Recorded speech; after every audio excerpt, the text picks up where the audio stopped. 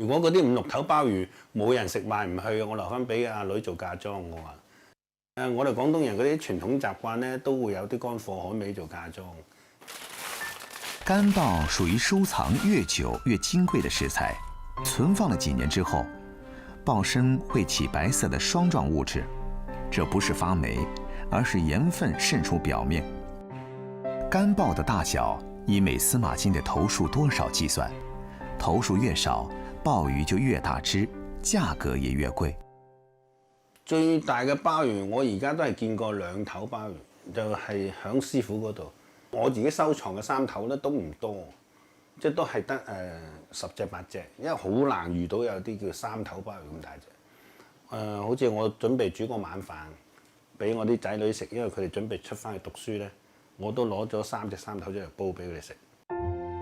好食材不能浪費。那究竟麥廣帆做好干鲍的秘訣在哪兒呢？其實做鮑魚咧都係幾難嘅，好細心、好小心，即係要處理最起碼3到4天為之完成。即係從買乾鮑魚翻嚟，我哋再攞去泡水，泡1日水，再準備材料煲。煲嘅時間係2日，煲嘅過程裏邊你要加雞湯落去。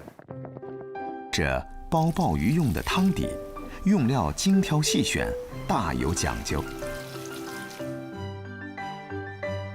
瘦肉同雞咧，我哋個比例咧係要好準，即係大家差唔多5:5咁樣。所以咧輕輕會帶少少，我哋叫做腩排咧，會帶少少肥，即係有少少肥，即係一定有啲油性喺度。我哋認為鮑魚係呢個唔食齋嘅，佢係食青苔帶嘅，所以佢對油分嘅吸收咧，佢哋係需要。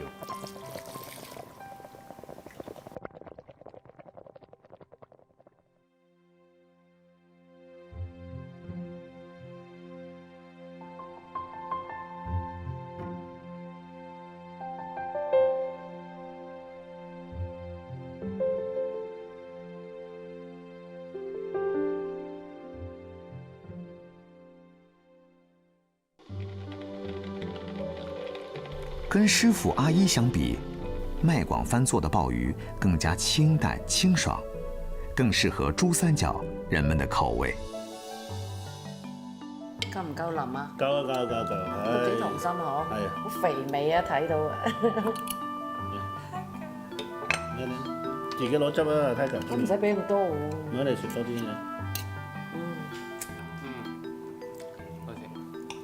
好食啊！真嘅。真係真嘅。細佬話好食就好食啦。阿女食呢啲溏心鮑魚咧，知唔知咩叫溏心鮑魚啊？就係有彈性，切落去又夠腍。溏心是指干鲍中心黏黏軟軟、半凝結狀的部分，入口時有軟溏心般的口感，甚至還略帶有粘牙的感覺。溏心干鲍將鮑魚的口感發揮到頂峰。阿仔啊，你食多啲啊！為即將遠行的兒女準備一席家宴，麥廣帆精心烹飪每一道菜，只為讓家人吃到最美的家的味道。啱啱好喎。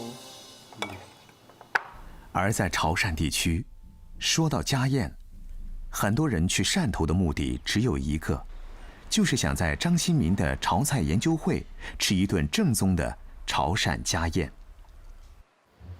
全國各路美食達人這幾年都快把張家的門檻踏破了。好客的張新民不得不把家宴升級，挪到了他牽頭搞起來的潮菜研究會。後天中午，他要宴請幾位老朋友。先要高興啊，那就1、2、3、4、5、6。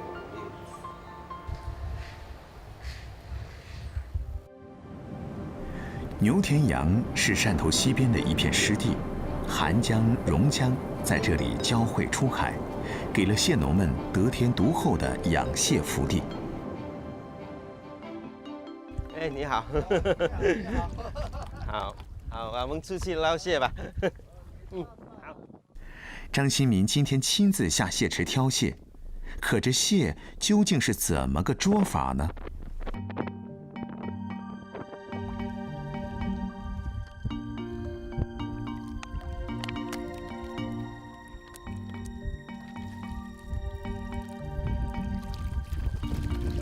哇，这个蛮大的啊。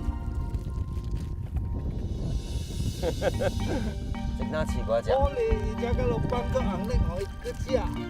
六，接住再做只再起個接嚟。我加一接来。加幾接嚟。看它这个屁股啊，现在抓到的这一种叫膏蟹，你看什么？它这个屁股一看哈，非常圆满，里面都是膏了。这种母蟹受精了，它会产卵，里面都是红膏。这种是蟹里面属于最好最贵的那种。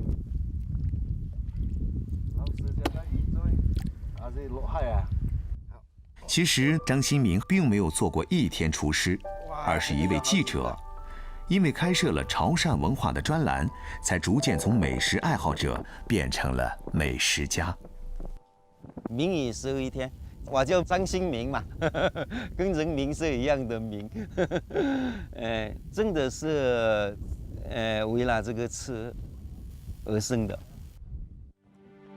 张新民对吃的研究到了痴狂的地步。10几年间，他遍寻食材的源头，了解各地的物产，发掘失传的菜谱。没有学过厨艺的他，遇到吃的不满意的，只有自己亲自动手。我是精细中的精细，就是要特别讲究。呢個抽到背嘅，可以啊。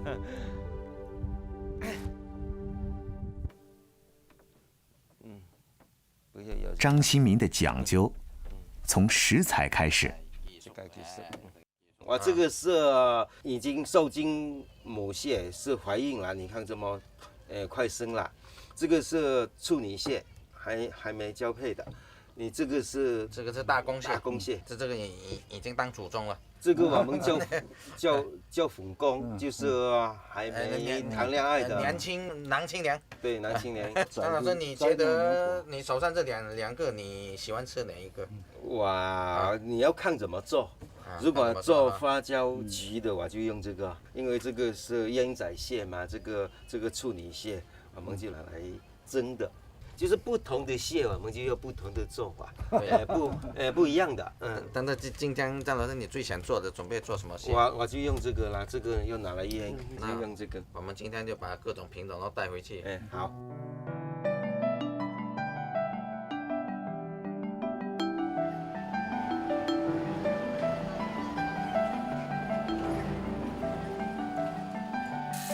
蟹拿回来，先清洗。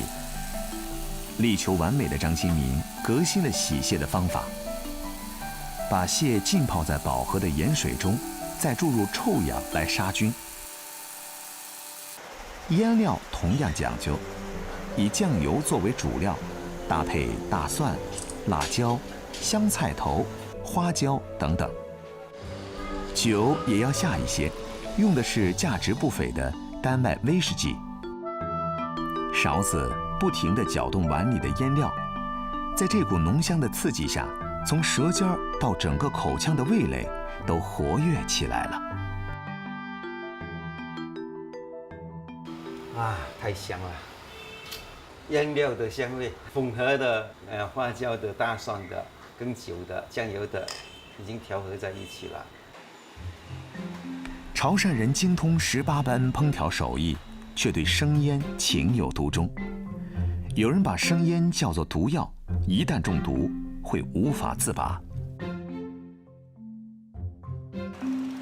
把蟹腌好，张新民又开始张罗另一道花费功夫的主菜——爆汁焗花椒。花椒就是鱼肚，是各类鱼票的干制品，也是一种非常昂贵的食材。不过在潮汕，全民吃花椒，并不是想象中奢侈的事情。去市场转转就明白了。哇，我们啊，我们好美甜啊！乌妹的店是老广门常光顾的南北行，各种海货铺张开来，有一股浓烈的海腥味儿。哦，这都烧菜啊，这都最好，最好哇！琳琅满目的鱼胶，产自全球各个海域不同的鱼。知道中国人爱吃这些奇怪的东西，远在南美的渔船捕到巨大的海鱼，也会剖出鱼肚晒干，不远万里运到中国南方。其实张新民家里也藏了不少的好货。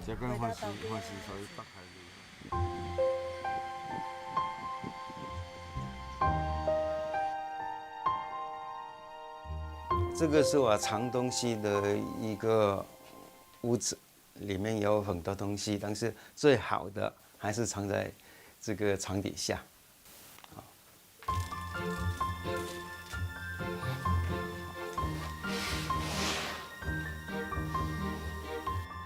这个就是那些大花椒了，这个拿出来了，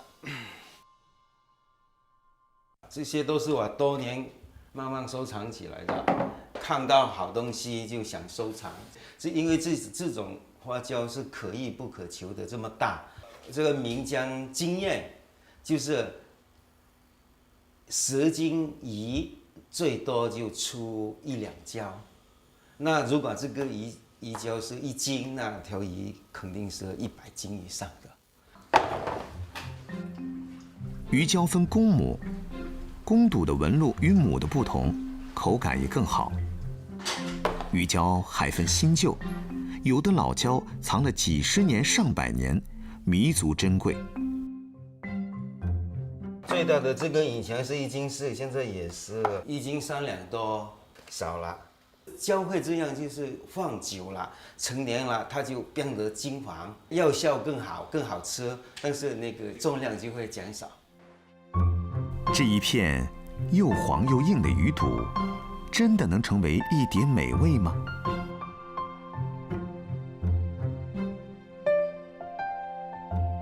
好的花椒一定要水花，水花是什么意思？泡在水里，慢慢的恢复到原来从鱼身上取下来那个状态。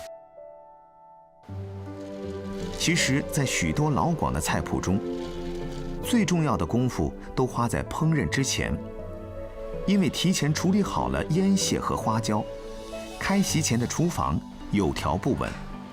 发好的花椒后切，然后放入爆汁里煮上半个小时入味儿，再配上一点黄芥末，就可以上桌了。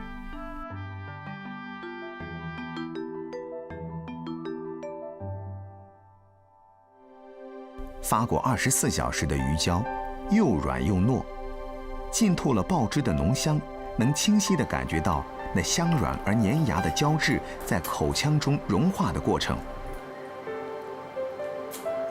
以前呢，我们家里也有冻鱼胶，但很腥，加上这些调味没腥味，口感有弹性。这边在热闹地吃着，后厨切蟹师傅已经在案板上忙碌起来了。腌蟹已经提前从冰箱里面拿出来，自然解冻，到略带冰渣的那一刻，正是切蟹的最佳时机。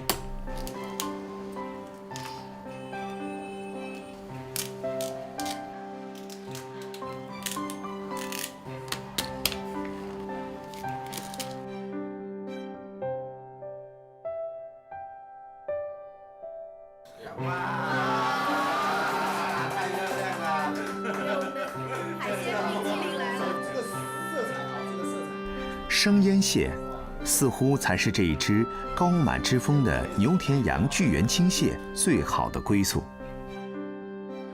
蟹子酱啊，像我小的时候，这种膏蟹，它是腌在这个盐堆里面的，咸到没办法做，没办法做好。一个饺就可以一碗稀饭。对，你看现在多大了？所以问一个问题，蟹是怎么死的？它是咸死的。咸死的。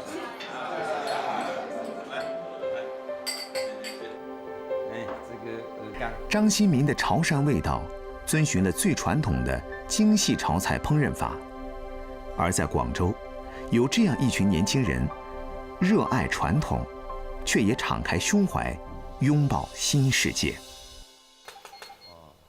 嚟，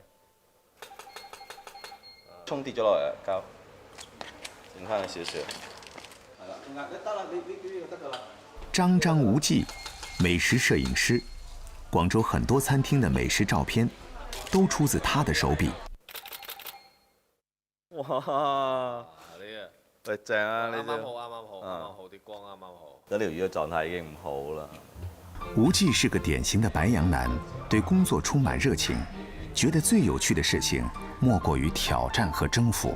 張張無忌的意思就是我想每一張照片都可以肆無忌憚地去拍攝。無忌最喜歡的攝影師是著名的戰地記者羅伯特·卡帕。他有個名言，就是說，如果你拍得不夠好，是因為你靠得不夠近。所以我經常有一句話，就是說，如果你拍得不夠好，是因為你吃得不夠多。曾經一度，無忌邊拍邊吃，毫無節制，以致體重不知不覺增了30斤。好在他意識到，便立刻懸崖勒馬，改為淺嘗輒止。倒不是全為了身材，而是怕吃得太多，喪失了對食物的慾望，就拍不出讓人充滿食慾的照片。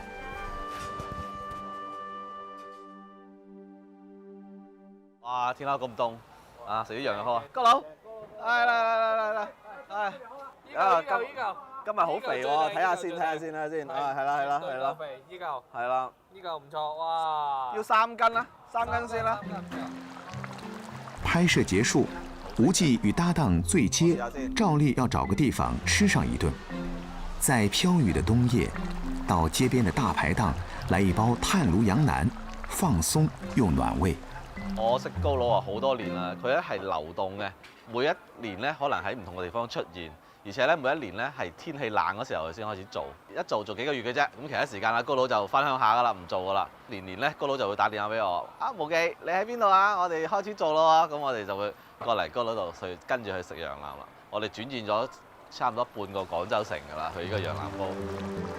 整好葉絲喺度，好㗎。無忌與生俱來有着一種對美食的敏感，而做了美食攝影師之後，他對食物有了更深入的好奇心，想研究它們為什麼好吃，怎麼做，哪個部位，什麼時候吃才最好吃。哇！你真係得㗎喎，你真係食完一餐又一餐，接住嚟嘅喎，你真係果然是個吃貨喎。Sorry， 我唔係吃貨，知唔知啊？我哋廣州人係唔會講吃呢個字嘅，廣州人食嘢嘅係講食嘅，食咧係人字下邊一個良，我哋人咧就要食好嘢，我哋要食得好同埋食得精。嗱呢一啲羊腩咧就精啦，你睇呢個羊腩正，成嚿肉又肥。吃炭爐羊腩煲沒有別的訣竅，只有一條，要耐得住性子。通常來說，羊肉下到煲裡，還需要再在炭火上繼續煲上40分鐘，才能達到最美妙的口感。這時的羊腩被燜製得綿軟適口，非常入味。與羊腩堪稱絕配的有幾樣食材：一是大蒜，用醬料爆炒過，與羊腩同燜，等到蒜白吸飽了羊腩汁，那口感簡直可以用超脫2字來形容。另一樣是炸枝竹，在煲裡的時間不宜太久，最好是整體已經綿軟，但表面上還保留着一絲脆脆的口感。再有一樣就是生麵，羊腩煲吃到最後下一個麵，撈夠了羊腩汁，堪稱冬日裡的人間美味。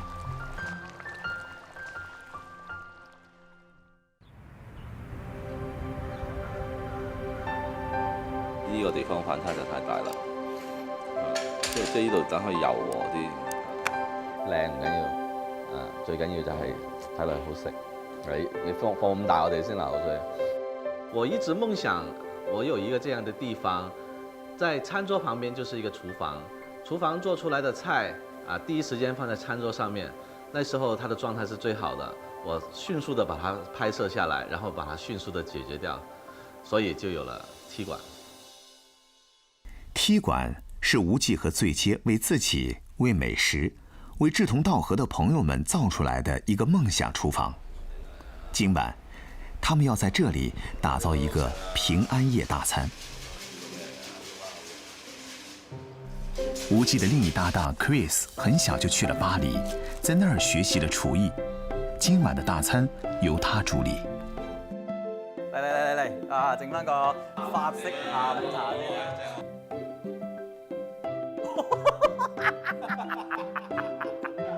有班朋友要過嚟食飯。哦，咁啊，一齊買餸咯。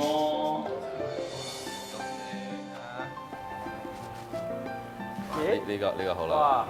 塔斯馬尼亞紅燒肉，呢個係美國嘅。與老一輩的廣州人相比，吳忌和 Chris 更加開放。他們非常樂意接受地球村為烹飪帶來的各種便利，挑選食材的視野更加開闊而國際化。法餐啦，食得多啦，我哋食中餐，你整中餐係啦，係有啲難喎，等我諗下先嚇。美國頂級唔級，我年頭咧去咗澳洲啦，就拎咗個塔斯馬尼亞啲薰衣草翻嚟，咁我就整一個薰衣草紅燒肉俾你試下。紅燒肉，中國紅燒肉，但係用澳洲塔斯馬尼亞嘅薰衣草。應該係中西結合啦。法餐嘅元素梗係有啦，因為我會可能用紅酒啦、黑醋啦落去整。放心美國肉，澳洲塔斯馬尼亞，然之後法國元素。係啦，中餐做法。好正，係啦。喂，我哋翻嚟啦！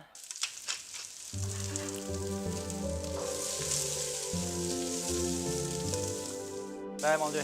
對於吳忌、醉街和 Chris 來說，走進廚房早已超越了工作二字，而是成為了天底下最能讓他們產生幸福與滿足感的事情。男人與美味，此時有了一種讓人怦然心動的微妙的關聯。這種氣場，也吸引着越來越多愛美食的朋友聚在了他們的身邊。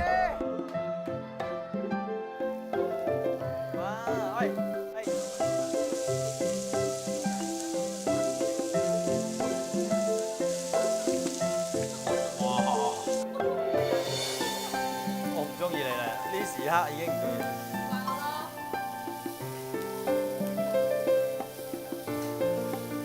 海啊，俾一杯白葡萄酒我一嘛，氣泡酒我都得嘅。係，嗱呢個又炒米啊！Merry Christmas！